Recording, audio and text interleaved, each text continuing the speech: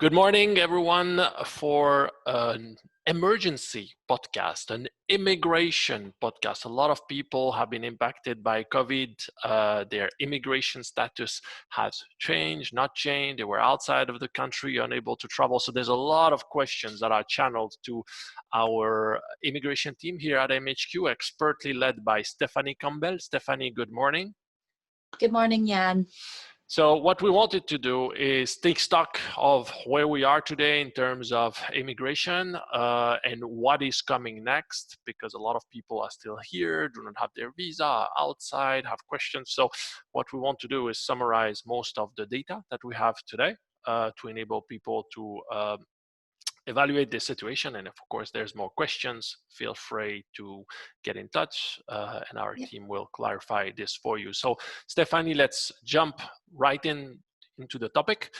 In March, the UAE suspended the entry of non-citizens as part of measure to tackle the COVID spread of the corona disease.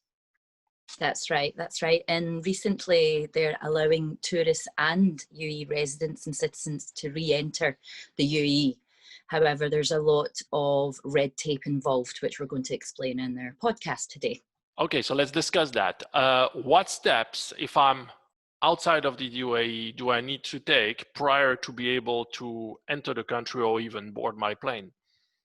Okay, so the first thing to do is to check if the airspace is opened between the UAE and the recipient country. That's step one. Step two, I would say pack your face masks, your hand sanitizer, and your gloves. This is a new norm now. Then once you've checked these 2 points, there's a paperwork that needs to be prepared before you even book your flights. Okay. So the first piece of paperwork that you'll require is your PCR COVID-19 test. This test must be conducted 96 hours before your departure date, and that's the test, not the results. The second point is a quarantine undertaking letter. So the quarantine undertaking letter is just to say that you are COVID, you will do the tests and that you abide by what is required of you. The health declaration form is the third documentation that's needed. This is to say that if you are diagnosed with COVID-19, then you will have insurance in place that will cover the medical costs that are involved. And then lastly, you will need to register for the COVID-19 DXB app. This is a track and trace app. It's also mandatory while you're staying in Dubai, and that's for residents and visitors. Okay, so very comprehensive set of pre-obligation. Do they differ whether you are a non-resident or whether you are already a resident? Yes, so this is a general overview for the residents and non-residents.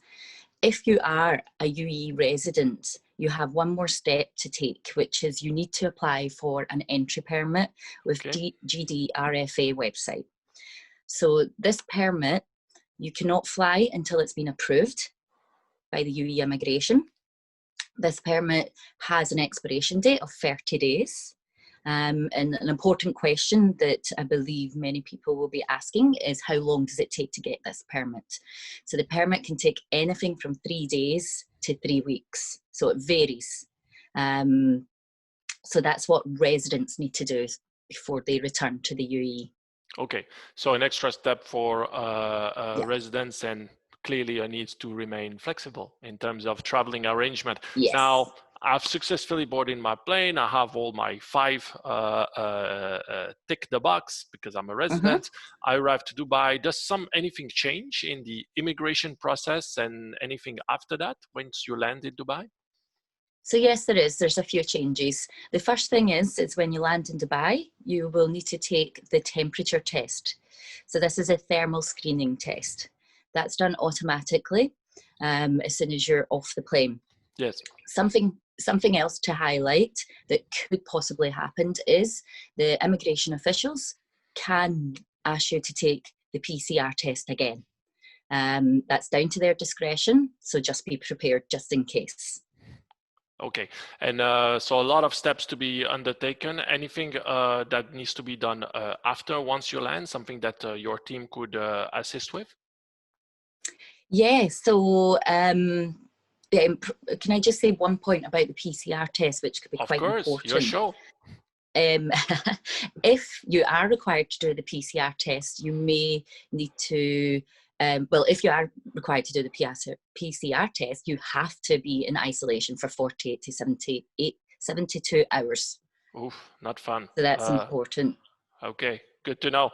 Now, in Yeah, COVID times, if you are outside the UAE for more than 6 months, that was before COVID, your yeah, visa would lapse. Yeah, that was that's the right. standard procedure from an immigration person. Yeah, Has the UAE implemented something to adjust this to the weird time we are living in? they have, yes. Just like you said, pre-COVID, if you were outside the UAE for longer than 6 months, your visa was automatically cancelled. Yes. Then you would need to return to Dubai, do the visa steps again. There was no grace period or any sort of benefits that the UAE gives. It's just straightforward cancel. So now post-COVID, that has changed slightly. So the most common scenario for our clients is that they have a valid visa, but they've not been able to travel for the last 6 months. So they're outside the UAE. This is worrying because, as you know, your residency permit is connected to your employment, Yes. investments, your personal bank account, and your tax status here in the UAE. So it A is lot very of concerning for small our clients. consequences in practice. Yeah. So what can you do to avoid that? Okay, so for now, residents that are outside the UAE still have until the 31st of December to return and validate their visa. So if you do not return by the 31st of December, this is when your visa will automatically be cancelled. So you still have that grace period in place if you're outside the UAE. Okay. And what about if I'm a resident and I'm inside the UAE, whether my visa has lapsed or my visa is still valid but about to be renewed? So has anything changed in respect to this process? Yes, so for residents inside the UAE, they also had this grace period of 31st of December, but the rules have recently changed. Yes. So now things are returning back to normal, if you can call it that. The UAE is concentrating on renewing visa applications that have expired or residents that were outside the UAE for 6 months and have now returned. So this is phase one. And this will all be visas that have expired before July. So if you come to Dubai looking to renew your visa, but your visa doesn't expire until August, then you will not be able to renew it during that trip. So Okay. there's a lot of planning involved with travel. So that's phase one. And what about phase two? What will be the phase focus? We understand it will start imminently now, mid-September, right? Yes, we're in September now. So mid-September, approximately 11th to the 15th, they're going to be implementing phase two. So phase two is visas that have expired after July, or you've been outside the UAE for over 6 months, then you can return to renew your visa. Okay, clear. So if I summarize this, clearly the UAE has taken a very proactive yet controlling approach to visas. A very Yeah, welcoming country, very easy to get visas, but in these times a little bit more paperwork and hurdles involved. So yeah, fundamental that one informs himself on the process and takes yeah, appropriate action. The key takeaways for me is that if you are inside the country and your visa is expired or be cancelled before March, then you need to exit. Yeah, so it's yeah, quite weird. What yeah. are the other key takeaways for you, whether you are inside or outside the country? So as you just said, UAE residence visas that have either expired or they've been cancelled. So that's like employment visas Yes. if you are returning to your home country. If you do not exit the UAE by the 17th, by the 17th of November, then there will be the fines, immigration fines will start. Yeah, which so is a it's daily better that fine you're that's aggregate and that you have to pay on departure. Yeah. Yeah, and they're daily fines, as we all know. So for UAE residents who have a visa and plan to remain in the UAE and are inside the country just now, and their visas expire from the 1st of March or the 11th of August, then they must renew their visa permit by the 30th of September. Okay, clear. And what about if I'm outside the country? Just quick Key bullets points, takeaway. yeah. Outside country is quite simple. You still have the grace period until the 31st of December. We do not recommend you travel on the 30th because we know how the UE works. Things change overnight, and also flights delay, especially at this time. So whether it's an expired visa or you're outside the country over 6 months, you have until the 31st of December.